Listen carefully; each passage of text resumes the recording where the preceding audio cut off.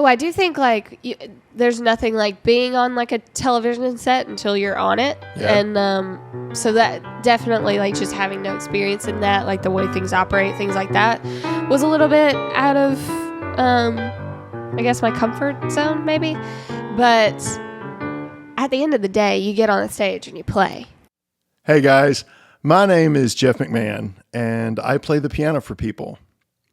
I've played on some big records, played on some big stages, and I've played with some big stars. Big or small, they're all the same. Taking someone with a dream, playing their song, and trying to get them further up the ladder. So that's what we'll do here. Have a conversation, maybe shine a light, and play some music. And I'll be on piano.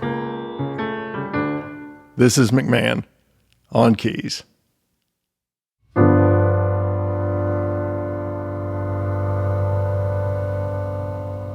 So do you have a set intro? I do not have a set intro. We're just gonna start straight in. It. All right. Yes. Jump. Gabrielle Metz, welcome to McMahon on keys. Thank you.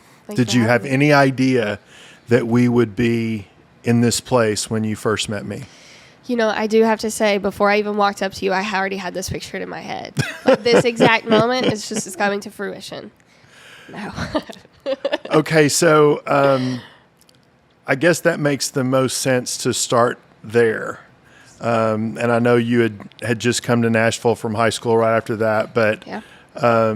What do you remember about the first time we met? We met at the BMI event. Yes. And you immediately decided that we need to go have coffee. Yeah. Yeah. I say this without trying to offend you, but you were probably not the first person that I walked up and threw that card on the table. Probably not the last either. But I was just out here taking swings, and you happened to actually respond. So. Well, okay. So somebody else told me that in another interview that I was willing to respond. Now we were at a BMI event. They were talking about songwriting and touring, and I got pulled in because I'd done a bunch of touring with different folks. Yeah. What were you doing with your career at the time? I mean, you had just moved to Nashville. You were younger than probably the majority of people in Nashville that are pursuing this dream. How were you going about trying to find your way? What were you doing? How did you get there?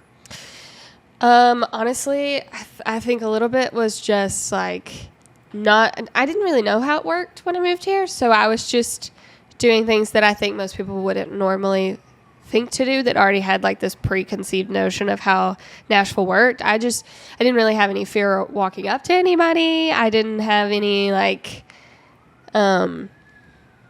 sense of like, the boundaries that are supposedly already in place. Like I was just up here, like I just moved here freshly, like 18 by the time I met you, that I was just like, well, I could learn from this person, so I'm just going to go ask. And if they say no, all right, but it's a no if you don't ask. Right. So does that mean you were brave, or does that mean you were clueless? And I don't mean that like probably both. Like derogatory. No, but I mean, I know this because I've known you for this long, but I mean, you graduated high school early. Yeah. You came to Nashville right after that. Somehow you sold your parents on that idea. Mm-hmm. I mean, you've told me this story before, but what did you have to do to sell your parents on, I want to graduate high school early, move to Nashville? You know, I think I had prepped them early. I convinced my parents at 13 to finally take a trip to Nashville, because living in Alabama, it was close enough that like it wasn't going to be a trip. Right. But it was far enough away that it wasn't going to be a day trip either. So it took me until 13 to finally convince them. I'm like, I want to go to Nashville. And we got here, and the moment, which you'll know exactly what I'm talking about, where 65 comes up and turns into 40, and you just drive by the entire landscape of Nashville.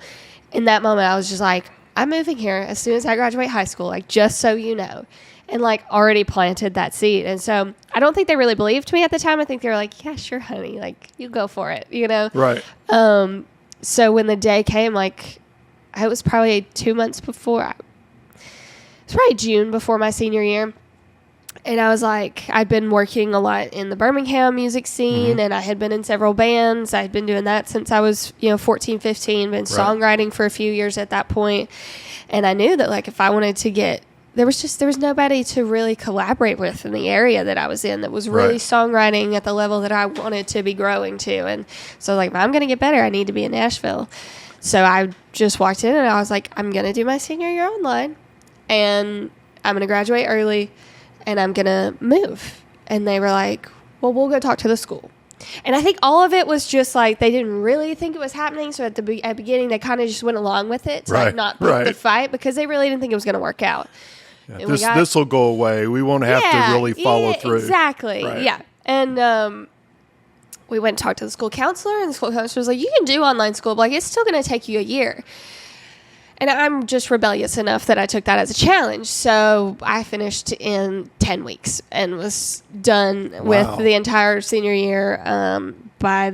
Started in September and finished the last week of November. So knocked the entire year out, and I moved to Nashville 3 weeks later. And my parents kind of made this deal. They were like, if you're not like going to school right away, you have to find a job, you have to pay your way, and like, we'll support you 100%, but like, we're not paying for you to just go live and like have a good time kind of a thing. And so my mother, sitting on our back porch, made me make a 6-month plan and a 1-year plan and a 5-year plan of exactly what goals I was going to set and what steps I was going to try to take to like make those, reach those goals. And she made me put like a lot of forethought into it and be intentional about the things that I was doing. And then she was like, all right, go do it. So I don't know if that's a testament to how they raised me, if they were just crazy to do that. Well, well, no. I mean, I know enough about your story to know that part of it's about how they've raised you, but a lot of it isn't. I mean, they had you make a 6-month plan, a 3-year plan, a 5-year plan. There are a lot of people in the music industry right now. I can think of a few that I know. Yeah. That have wanted to release their music. They've wanted to put their videos together. They've wanted to do all that. They can't stick to a schedule. They can't put a plan together. Yeah. You're 17 years old, never put together a song, never done any of that stuff yet. Yeah. I mean, there are people 40 years old that run businesses, like real businesses, not music businesses, real businesses that don't know how to forecast, plan, put together schedules. You're doing that to the point where you convince your parents to do this. Yeah. Now that's been 6 years, 5 years. 5.5. I mean, we all got derailed for part of that time. Yeah. So how have your plans gone? I'm looking at your 5-year plan. What have you hit it? Have you released a lot of music? You've done a lot of stuff. We have to preface this with, this was a 17-year-old that had made a couple trips to Nashville but was not in the business that made these plans. Right. So to say she was naive and ambitious, fantastic. If you look at my 5-year plan from 17-year-old me, I am like the next Carrie Underwood at this stage in my career. So like, some of it was definitely like overly ambitious timeline-wise. Right. But like, the goals that I had set for like my 6-month plan are, I've written with some artists that are better than me, some songwriters that are, ahead of me, and learned from them and really improved my songwriting. I've really honed in on, learning harmonies and vocal technique and how to take care of my voice, and also like instrumentation, just like things that were growth that I needed as an artist and as a songwriter and as like a human being in this music industry. Those kinds of things have definitely, like, I'm far past those goals that I'd set. But, am I selling out a stadium tour right now? No.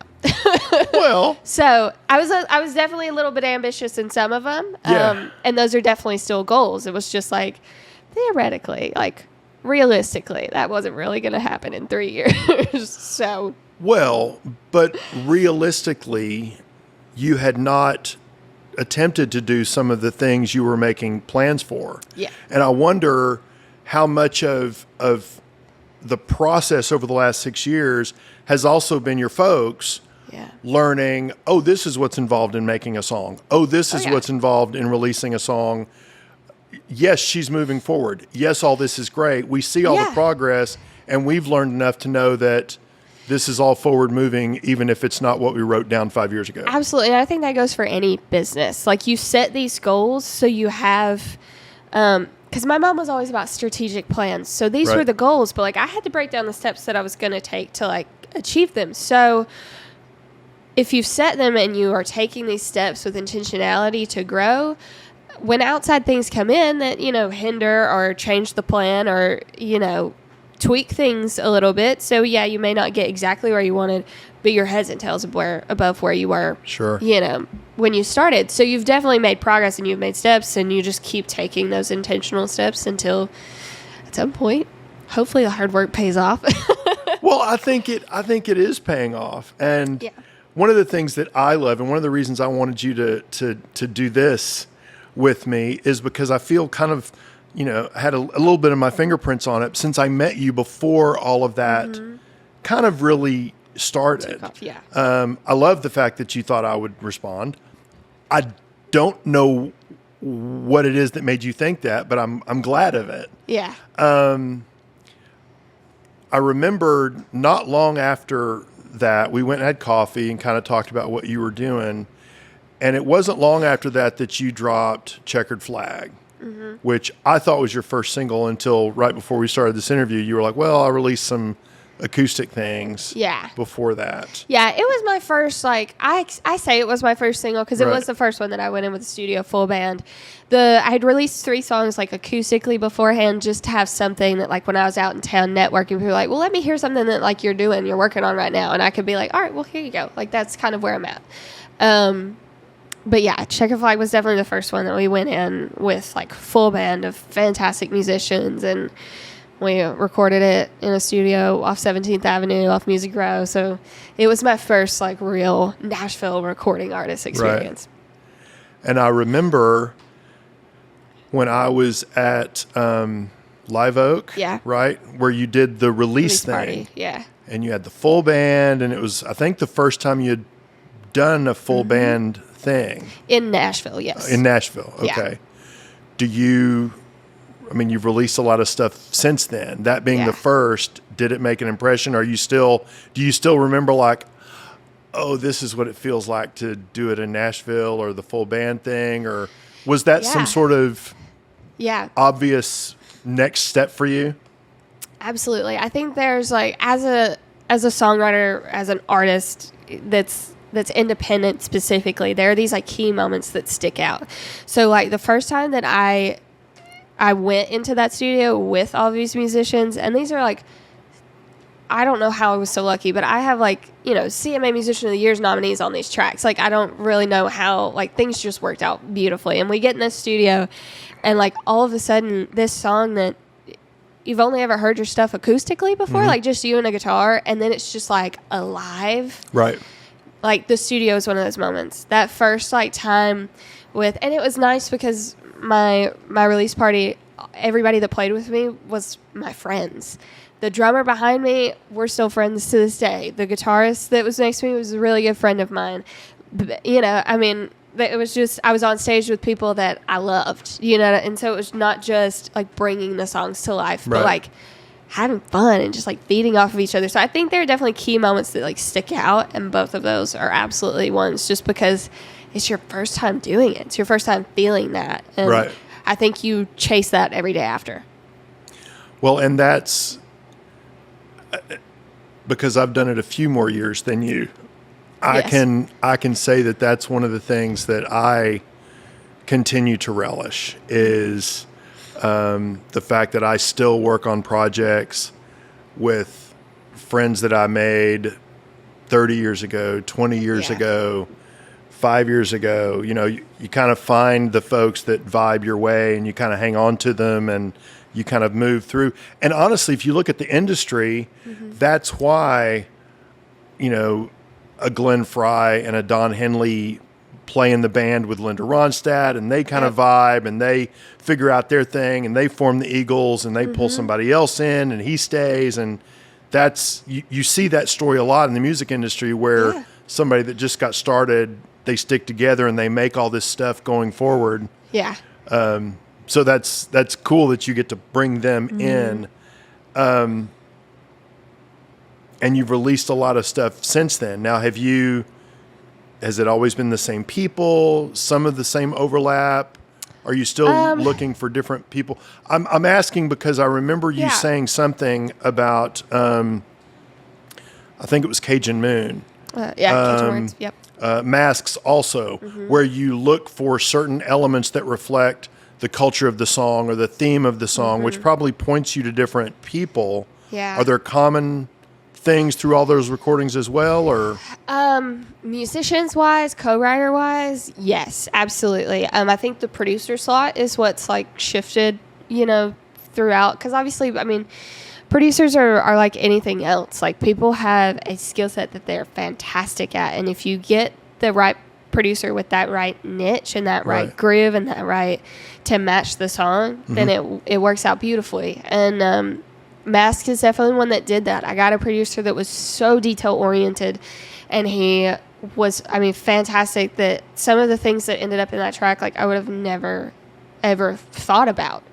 And just bringing in that different perspective. And for Masks, we kind of were talking about the backstory of it and where it came from for me and my co-writers and those sorts of, like, situations. And he goes, what if we also just bring in, like, these drums that are like, masks are a big cultural thing. Right. I mean, you have Mardi Gras masks in New Orleans, and you have masks in Africa that are super, like, culturally defining.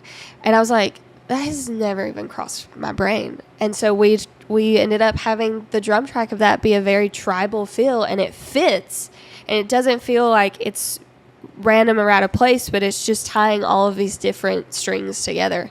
Right. And so I think when you find that magic, it's just nothing like it. You said something that reminded me of something else I like about you, and I don't even know this is true, but I have to ask. I assume that you read a lot. Yeah. You just said culturally defining. I remember listening to an interview where what was it you were talking about? You were talking about how you grew up in a culture or in a generation where people were sitting in the same room texting each other. Yeah. And you didn't say, duh, it was so stupid. You said, I'm sorry, that was just ridiculously absurd. And and it made me, I was just like, okay, vocabulary, this is very good. Yeah. I know a lot of songwriters read a lot for that reason. Yeah. Are you a big reader? Absolutely. Does that feed into your songwriting? Yeah. Where does this vocabulary come from? No, I'm a dork. It's probably from two different things. My mother has always joked that she has talked to me like I was a 35-year-old since I came out. So she has always, if I didn't understand something, it was like, ask questions, and then you just add that to your own toolbox. And so I think part of that is definitely from her, and then part of it is, yes, like I'm a nerd. I just have like bookshelves everywhere. I was at the beach last week with my family and flew through 3 books in 4 days, and I was like, Mom, we had taken my parents' car down there. And I was like, will you take me to the bookstore? Like, I need to go get another one. And me sitting here as a 23-year-old, she's like, you have spent $60 on books this week. You do not need another one. Find something else to do. And I'm like, okay. Like, yeah, sure. So, like, when I have the time, I will just, like, absolutely fly through books. Absolutely. You probably have one of the few parents that would discourage their child from reading. Okay, but like if you saw the massive amount of books in my apartment, like it's reasonable. It is reasonable. I understand. Because it's definitely a little like sometimes excessive. Well, that's okay. There are worse problems to have. Worse hobbies to have. Worse yeah, hobbies absolutely. to have. Which brings me into the songwriting thing, because I think you've written or co-written everything you've released. Yep. Is that right? Yeah. Well, I did do a cover of, I did one cover song of Ingrid Andress's More Hearts Than Mine. Right. You did. But that was a little outlier in that. Yeah. Outside of that, yes. So, but as a rule, you're not looking for songs. Yeah. You're creating them for yourself. Yes. I'm I'm wondering how much of your songwriting, does it all have to be something you've experienced? Some people say, I can't even think about doing anything that I haven't experienced. There are other writers, Billy Joel, I listened to my whole life. He certainly writes about things that he didn't experience. He puts himself in that place. Yeah. Now, I know for you, when you're thinking about a song like Mixtape, I'm sure that comes from the experiences you had, the songs that influenced you. And I want to talk about that song more. But there are also songs that you've written like I Forgot to Fall in Love. Yeah. Maybe you wrote that about somebody else. I'm hearing that song, I'm thinking, okay, I think she just Taylor Swifted somebody. Yeah. Do you write only from your own perspectives? Do you do both? What's your process? Yeah. Well, first off, I'm taking the Taylor Swift comparison as a large compliment. And I think out of what's been put out, yes, absolutely, totally from personal experience, my point of view. But I think also there are songs that I love that I have, pitched or written with other people that, like baseline emotions are like similar across the board. Like I might not have been in one specific situation, but the way that made that person feel, I've probably experienced that from something else. So there's always something to draw on. But I do find like artistically, for the most part, I connect more with things that I have personally experienced. Right. That's not to say that things are not sometimes a little bit embellished for artistic effect, like Forgot to Fall in Love.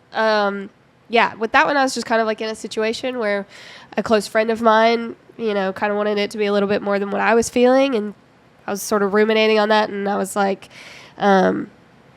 it's an interesting thought to think if like you're in a relationship and one person is just like head over heels and this other one's like, this is kind of just casual for me, and like how that raises the stakes. So I think, putting out wise, it's normally something that I have already walked the walk through.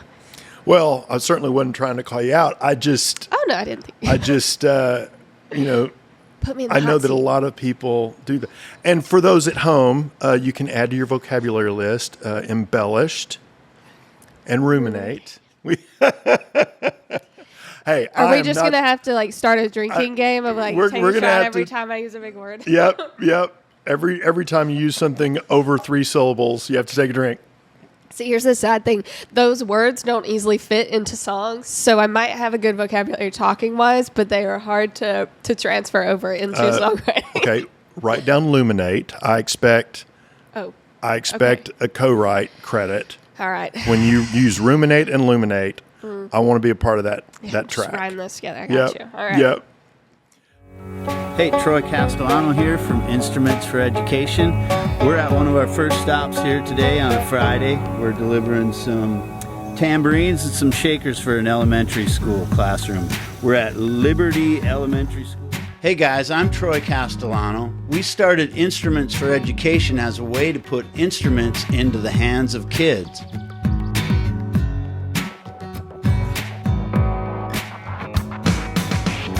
Sometimes we donate directly to students, sometimes to teachers, and sometimes to full classrooms in their schools.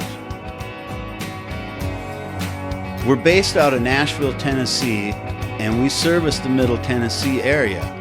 Since we started, we've reached over 100 schools and donated over 500 instruments. If you'd like to make a request for an instrument, or you have an instrument to donate, or would like to contribute financially, visit our website at instrumentsforeducation.org.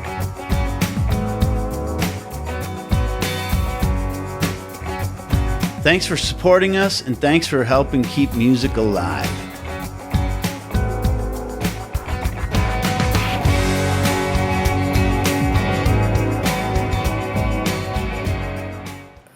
Okay, I have to ask this. I hadn't really thought about it, but 6 years from 17, so you're 23. 23. Okay. Yep. A couple weeks ago. You're the same age as a lot of people that would here in Nashville be graduating from Belmont a year ago, that are in a place of starting to do what you've been doing for the last 4 years. Whether it's something you learned from going through that process, something you learned that you were completely wrong on, a perspective that you found out was different. You've got a head start on a lot of those folks. Does anything come to mind that was like, you still have figured it out before somebody else, but is there something that comes to mind that's like, okay, here's what I want to make sure that you know if you're starting this out so you don't have to figure it out the way I did? Yeah. I think that Nashville is a different beast in and of itself, in that like LA and New York and any other music scene operates very differently. Nashville is everybody will say it. It's the first thing I heard when I moved to town is it's a relationship town. And I think you hit this point where like, if you're outgoing and you're networking and you're working your butt off, like you can meet relatively anyone that you would like to in town. All you have to do is go see where they're playing, see where they're, somebody that they're riding with is playing. And because Nashville shows up for each other, and you can probably at some point meet anybody that you would like to meet on this side of things. But I think you hit this point where it's hard to take that and make it a conversion into touring full time, or, for you being on one of, the biggest, because this goes for musicians as well. It's not just like artist, songwriter side. Right. Like how do you translate that? How do you translate knowing everybody and being able to walk in a room and, have half the people there speak to you, if not more, to translate that into like, you're also taking steps like forward to those, ambitious goals that I set when I first moved here. So just like, and I think finding people like you that have walked that walk and how to, I don't want to say follow in their footsteps, but like kind of take their experience and launch with it. Well, good experience or bad experience. I mean, if I'm happy to show you where the potholes were that I stepped in, so you don't step in it. Yeah. I mean, exactly. I'll try to do that too. And I do think that one of the things you said it's a relationship town. Now, a lot of people will hear this, and I think I've heard you say it too. They'll say, oh, it's a 10-year town. Okay, but a lot of people think that means if they wait around for 10 years, they'll get their chance.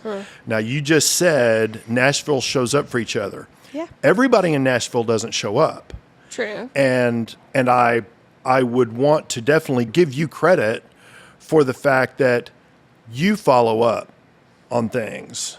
Yeah. You show up for people.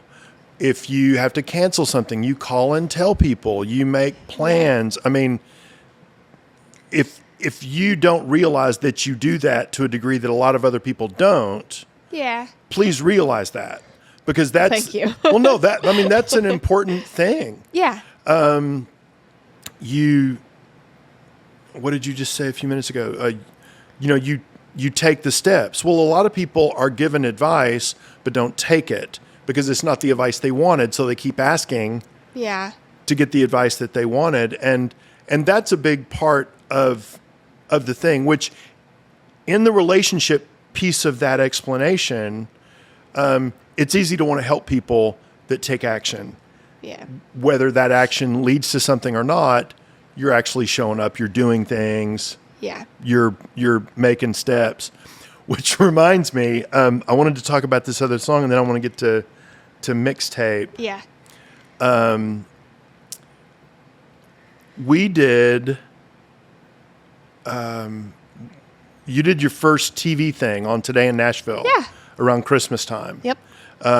We did the Christmas song, because you called me, I got to play with you on that. Yeah. Christmas song, mask, and Mixtape. Yep. And I remember the night that I got a text message from you at like 9:30 at night, and which isn't, I mean, it's the music business. People stay up late. Yes. But Gabrielle doesn't normally text people at 9:30 at night. Okay. Yeah. Not that that's late. Fair enough. I get them all the time, but I got it from you. Hey, I'm going to do this TV thing. I need a piano player. can you come and play? And if you've got some of your friends that want to play, I mean, that would be cool. Okay, this is 9:30 at night. Something's up, right? Me over here panicking 2 months out from the gig that I don't have everything in order already. Is that what was happening? Because I knew something was happening. I was like, why don't you call me? And then you called me that night and we talked about it. It was probably a combination of two things. It was probably a little bit of that because like I don't know what it is with some things. I just like, there's just a fire lit under my tail, I guess. Right. I don't know. So yeah, as soon as it was booked, I was like, oh my gosh, like if I'm going to get really good players, like they have touring schedules and they schedule those out, months in advance. So like I need to go ahead and get on top of it. Like, so it was probably a little bit of that, like me being like, I'm already behind the ball, even though we're, months out from the actual date. And then there was what was my other point I was going to make? Well, part of what was going on was the fact that you don't normally have a keyboard player on stage. Yeah, but I had two keyboard-driven songs, and I was like, "This is new," because they had, been released in the interim between, the last time I had done something kind of in that venue in that capacity. And the other thing that I was gonna is also sometimes like I do have. Yes, I'm organized. I try my best, and it's because I have to like contain my creativity. Like if I don't do that, like it gets out of control, and then anything like that, and it was also a little bit of like, I know I need to text him. If I don't do it right now, like I'm not going to remember for another 3 days for some reason. Like I'm always kind of thinking that I'm going to do something like that. And so I was like, well, I'll just go ahead and text. And at that hour, which we can probably go back and look, I try to start it with, don't feel the need to answer right now, but I didn't want to forget, and go ahead and just send it. So it's there whenever it's a reasonable hour for you to respond. Sure. Well, it wasn't at all that it was anything unreasonable. And to be fair, I didn't think it was a crazy in advance thing, because you're right. Yeah. Players book themselves out. Yeah. And obviously, because I'm a known quantity, you're not calling some piano player that you don't have any idea. Yeah. If they say they show up, will they? I mean, I would certainly understand that. It was the ... afterwards. And if you know some other guys, I was like, okay, she's got her regular guys or something, something's going on. Yeah. I'm sure it also kind of felt higher stakes because it was on TV. It was. Yeah. So talk about that, your first TV thing, and it was online and you got all the performances and do you remember anxiety or ease or comfort or, oh, this is how TV works? Oh, I do think like there's nothing like being on like a television set until you're on it. Yeah. And so that definitely like just having no experience in that, like the way things operate, things like that was a little bit out of, I guess my comfort zone maybe. But at the end of the day, you get on the stage and you play. Right. So like that's that set of things. And I think it's always nice being in an unknown environment because the anxiety is on that. You're so used to like the performance side, and that's sort of like that becomes what you rely on. You're like, oh, that section's good. It's just like this chit-chatting with the host part that I'm like, this is uncomfortable, Right. So like it ends up taking the pressure off the performance. So I like things like that that sort of like redirect that nervous energy, I guess. Yeah. No. I was there for another first. First full band thing in Nashville, first TV thing. Yeah. I expect to get another call for a first, so keep me on the list. Yes, sir. Keep me on the list. Will do. One of the things that we started doing, I got so frustrated with some of the performances that I saw being online. Okay. Because they were just kind of phoned in. So we decided to record some of our own versions of some of those songs with the people that come on the podcast. Mm-hmm. Just simple piano versions, because that's what I've done for my whole life, is play piano for people. Yeah. And when I asked you about that, the idea was to come back around and do Mixtape again. Mm-hmm. And I say again because you released it as a single. Yeah. And kind of got derailed a little bit. I know that you kind of decided to just kind of dump that story out, kind of say, well, and here's how I kind of got derailed. I had the vision of Ali Sheedy from The Breakfast Club when she's sitting in detention and she just takes her purse and just dumps it out on the table and the whole thing is there. Here's the bag of tricks. And I don't know to what degree you feel like you have done that or are doing that, but as we get ready to release the new version of Mixtape, what's going on? Yeah, so I think as an artist coming up, as somebody who always kind of aspired to be in the music industry, I always wanted to see like what was behind the scenes. And I think in this industry there's a lot of like smoke and mirrors. You're not really sure what's happening behind the curtain sometimes. So I really kind of wanted to be transparent because, I mean, let's be honest, if you go back and look at my social media the last 3 months, there's nothing. So it went from, working to just like kind of this dry period. And unfortunately had like a little health scare incident where I was sick for a really long time and my lungs sort of just decided that they were done and had 2 spells where they just pretty much closed up completely. And we had to go back to the drawing board a little bit and I had to go on some medications for a few months that I wasn't allowed to sing on. I wasn't allowed to pretty much do anything, right. Or I was at risk of hemorrhaging. So just now that we're kind of out of that phase and thankfully my lungs are back working a lot better, definitely just trying to find, I guess, my vocal strength again because everything just feels weird. It feels different. If you've ever like had some sort of like major break or major kind of trauma to any of part of your body and you start trying to learn how to use that again, even though it's functioning might be fantastic post, that happening, everything still feels weird. It doesn't feel the same way. It doesn't function the same way that it did before. So even if it's healthy, it's learning how to it's different, so it might be wrong. Yeah, exactly. So I think really just trying to learn how to do that and also just make sure that my lungs are staying healthy and that my voice is staying healthy. So there's a lot of like respiratory therapy stuff that I'm doing right now. And, you and I kind of bonded over this. I was a really big runner beforehand and was running half marathons yearly and doing races and stuff like that. And all of a sudden your lungs aren't working. So building back cardio, which also translates to on-stage performance. So really just trying to like make these steps to be back to fully capable and healthy and not at risk of re-injuring anything or... Well, and I think it's cool that you're kind of being open about part of that because I know you already do this with your planning and the strategy of releasing things, but also this... Yeah. You take guitar lessons, you learn how to take care of your instruments, you take care of your voice, which is an instrument. A lot of people don't do that and they don't realize it's important until too late. So it's really cool that you're kind of letting people understand what's going on. So just like somebody might be, trying to figure out what I did to get to where I've done some things, they're looking at you kind of saying, well, how did she get there?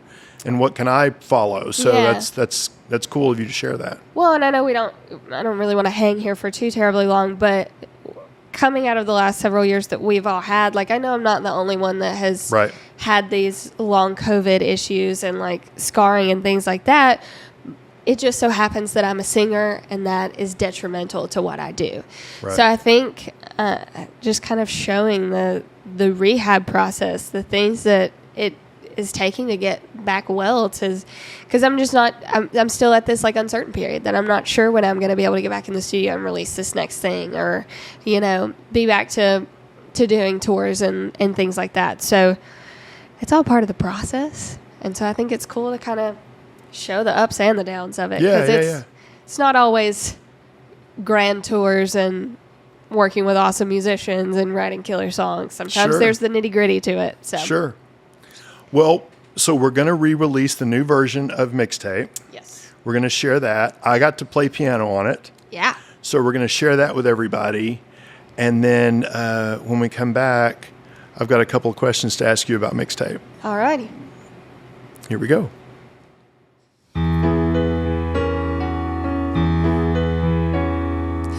Some days I'm the Temptations, Papa was a Rolling Stone. Some days I'm Tom Petty, can't help but free falling. Some nights I'm Tim McGraw, live like you were dying, or JT Carolina in my mind.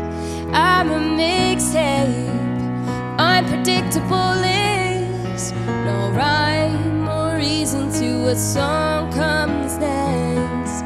I'm a little bit country, I'm a little bit rock and roll, light on the R&B, but heavy on the soul.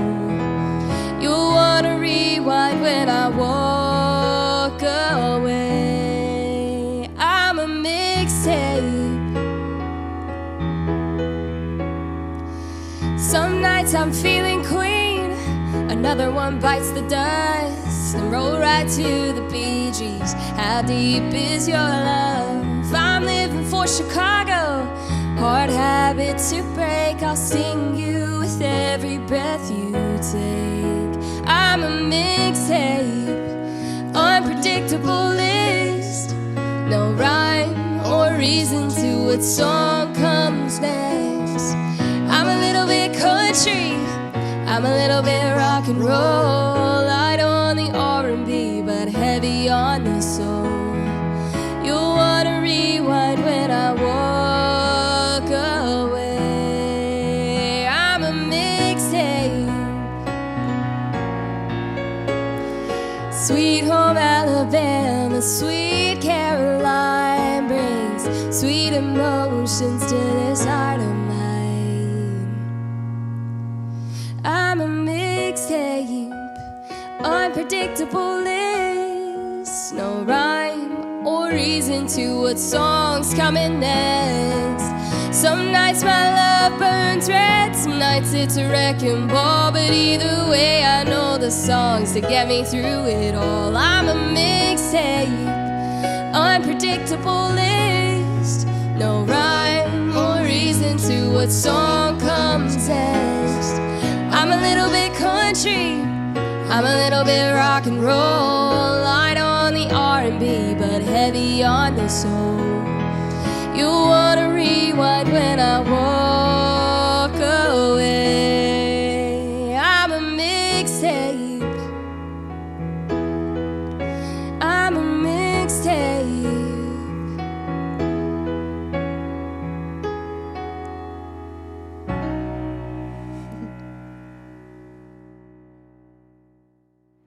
Okay, I am so glad that we get another bite at the apple with Mixtape. I think that is so fun. Now, I want to know, obviously, the Tim McGraw reference, I can especially appreciate, having left a few fingerprints there. All of those are things that I'm sure really influenced you. They're all songs and artists that really connected to you. Mm-hmm. I'm assuming some of them came from your folks. Yeah. What was your mom? Temptations? Yes, probably. Yeah, I will attribute that one to her.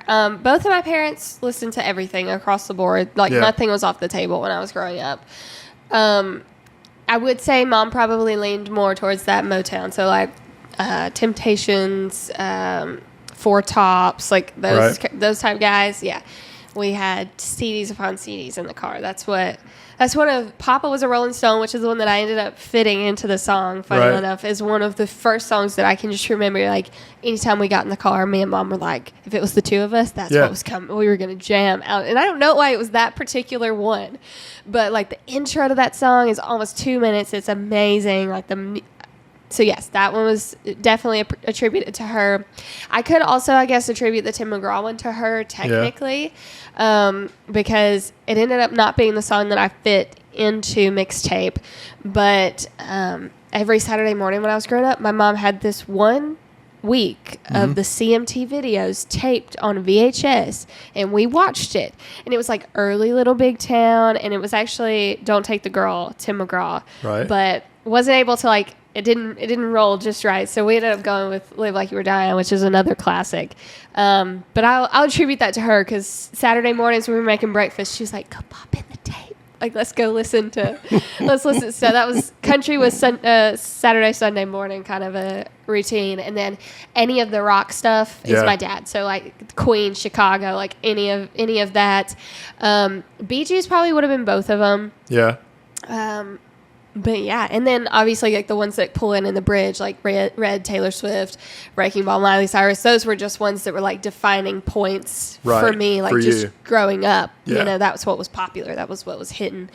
So yeah, it's just a whole song as a tribute. Not to cut you off. No. I thought it was easier for me to figure out what was your dad. Oh yeah. Because I remember during when things got quiet and we couldn't tour and all the stuff, I started posting songs on my Instagram. Yep. Hashtag 80s alarm clock. Yes. Just because it gave me something to think about that was musical and fun because I couldn't get out and play. Yeah. Never Google things. Always have to be things that I remember because that was my first bands and all of that back then. And I remember one time you were doing a round and you had called me and you said, hey, can you come to this round we're doing on such and such a night? My parents are coming in from Alabama and, you know, I want you to meet them. So I'm thinking like, okay, Dad's coming to town and Dad wants to know who this old grizzled musician is that's influencing my daughter, that's, you know, having her come over and meet him for breakfast and all this stuff. Yep. I need to go check up on this guy. I got to do my dad duties, right? So I show up to the round. I'm like, okay, I want him to feel like he's okay. And let's just pause and paint the picture really quick for everyone at home. My father is a 6'4", huge guy. Right. So he walks up to you at this round. Yeah, he walks up. And I'm like, I'm going to say, look, your daughter's safe with me. We're all good. I'm just trying to help her, you know, along the way. And he comes up to me and he says, I guess I should do, here we go. You know, Joe Metz comes up to me and he says, I'm like, I'm getting ready. And he says, you're Jeff? You're Jeff. I'm PT Joe. PT Joe from the 80s alarm clock. I follow you on Instagram. Yes. Totally not in dad mode. Yep. It was totally about the music. So I could appreciate going through the song. I'm like, okay, that's got to be him. That's got to be him. Yes. But my mother and father love music. Love music. My mom is a beautiful writer. She wrote poetry all growing up. Like, that is probably where I get that songwriter side from. But my mom is 75% deaf, and my father cannot carry a tune in a bucket. So they love music, love it. I was exposed to everything, but neither of them are musical. Right. So, yes, he, as soon as you started, and 80s was always his thing. Anytime he can bring it back around to like classic rock, that's what we're doing. If we're road tripping at about like when we hit like hour 5 or 6 and we've all played through our playlist, he's like, it's time for the rock. And here comes, I mean, all the classics. And obviously I named several of them in the song. So yes, very much. Well, and it's funny that's what you thought he was going to come do, is like be like, you know, protective. And it's just I knew I hadn't done anything that you had to be protective from. I just think, oh, Jeff, I need you to come here to meet my father, because it's like, no, I came to meet PT Joe. Yes. Yeah, awesome. Precisely. Exactly. It's funny. Yeah. No, I think it's great. Well, I love that we got to do that song. Yes. I appreciate you making time to circle around and do this. Absolutely. And I'm available to play again if you have anything. Well, I do believe somewhere in my contacts I've got your number, so I'll fish it out when you do. You can text me late at night whenever you're in crisis mode. Go ahead and let everybody know how to track down your music, track down your socials, so they can find all the rest of the stuff, because you've released a lot of stuff. Yeah, absolutely. So Instagram, Facebook, all of that good fun stuff is just my name, Gabrielle Metz, music tacked on the end of it. And then Spotify is Gabrielle Metz as well. So you can find all my singles. I think we're up to like 10 or 12 now that are out on all the streaming platforms. So yeah, you can find me pretty much anywhere. And we'll make more. Absolutely. Good. Gabrielle, thank you. Thank you. This was fun. And we're good. Cut.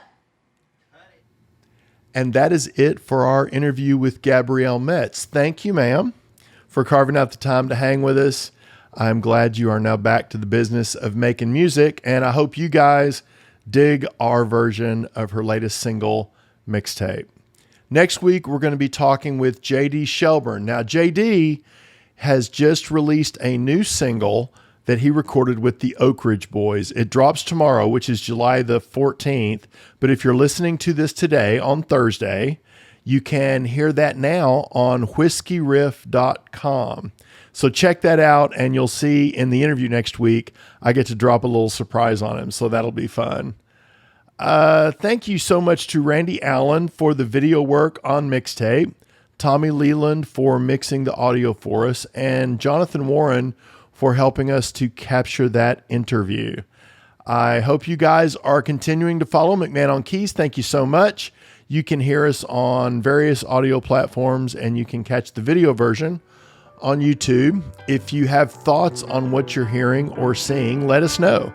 You can email us here at jeff@mcmahonkeys.com. And until next time, this is McMahon on Keys.